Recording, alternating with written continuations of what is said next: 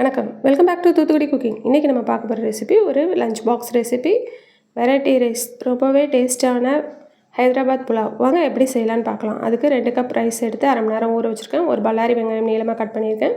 ஒரு தக்காளி விதை இல்லாமல் கட் பண்ணியிருக்கேன். 1 விதையோடு கட் பண்ணி வச்சுருக்கேன்.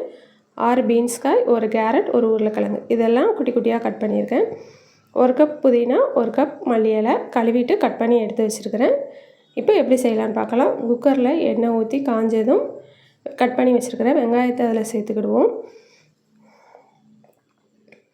எண்ணெய் குக்கரில் அடி அளவுக்கு இருக்கிற மாதிரி பார்த்துக்கோங்க, அப்போனா தான் ஒட்டாமல் இருக்கும். இப்போ டிஷ்ஷுக்கு தேவையான அளவு உப்பு சேர்த்துடலாம்.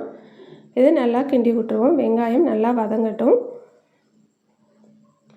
இப்போ பாருங்கள், வெங்காயம் வதங்கிருச்சு. இது கூட அரை டீஸ்பூன் அளவு இஞ்சி பூண்டு பேஸ்ட் சேர்த்துக்கிடுவோம். இப்போ இது நல்லா பச்சை வாடை போகிற அளவுக்கு வதக்கி விட்டுக்கலாம். இது கூட நம்ம கட் பண்ணி வச்சுருக்க புதினா மல்லி செடி சேர்த்துக்கிடுவோம். இப்போ இதையும் நல்லா மிக்ஸ் பண்ணி விட்டுறலாம். புதினா மல்லி செடியும் வதங்கணும்.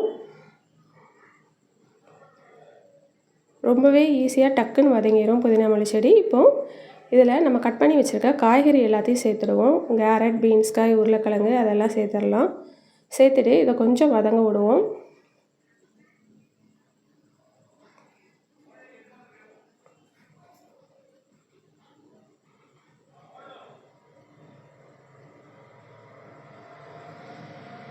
இது ஒரு 2 நிமிஷம் வதங்கினதும் நம்ம கட் பண்ணி எடுத்து வச்சுருக்கிற தக்காளியை இது கூட சேர்த்துடலாம். விதை இல்லாமல் கட் பண்ணி வச்சுருக்கலாம், அந்த தக்காளி இப்போ சேர்த்துருக்கேன். விதையோட பெருசாக கட் பண்ணி வச்சது நம்ம மிக்சியில் அடித்து வச்சுப்போம். இதை நல்லா மிக்ஸ் பண்ணி விட்டுட்டு நம்ம மிக்சியில் அடித்த தக்காளியும் சேர்த்து இதோடய சேர்த்துக்கிடுவோம். இப்போ இது எல்லாத்தையும் சேர்த்து நல்லா வதக்கி விட்டுக்கலாம். வதக்கி விட்டு எண்ணெய் பிரிஞ்சு வந்ததும் 1/4 டீஸ்பூன் அளவு மஞ்சள்தூள், 1 டீஸ்பூன் வத்தத்தூள், 1 டீஸ்பூன் கரம் மசாலா பொடி சேர்த்துருக்கிறேன். சேர்த்து இது எல்லாத்தையும் நல்லா ஒன்று போல் மிக்ஸ் பண்ணி விட்டுறலாம். மசாலா பொடி எல்லாமே காய்கறியோடு நல்லா மிக்ஸ் ஆகணும், அந்த மாதிரி மிக்ஸ் பண்ணி விட்டுருங்க.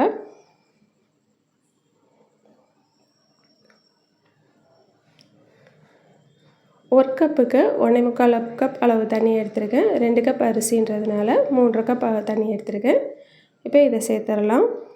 பாஸ்மதி ரைஸ் ஏற்கனவே ஊற வச்சு கழுவி எடுத்து வச்சிட்டேன். அதை தண்ணி இல்லாமல் வடித்து சேர்த்துக்கிடுவோம். பாஸ்மதி ரைஸ் தான் சேர்க்கணுன்னு இல்லை, பொன்னி அரிசியும் சேர்த்துக்கலாம். தண்ணி இருக்கக்கூடாது, தண்ணி இருந்துச்சுன்னா ரைஸ் குழஞ்சிரும். அதனால் தண்ணி இல்லாமல் பார்த்து வடித்து எடுத்துக்கோங்க. ரொம்ப நேரமும் ஊற விடாதீங்க, அப்புறம் ரைஸில் வாசம் இருக்காது. இப்போ இது கொதி வந்துருச்சு. கொதி வந்ததும் உப்பு உரப்பு இன்னொருக்கா பார்த்துக்கோங்க. எனக்கு கொஞ்சம் கம்மியாக இருந்தது, திருப்பி சேர்த்துருக்கேன். இதில் 1 டீஸ்பூன் அளவு நெய் சேர்த்துக்கிடுவோம். நெய் சேர்த்துட்டு இன்னொரு தடவை லேசாக மிக்ஸ் பண்ணி விட்டுட்டு குக்கரை மூடிடலாம்.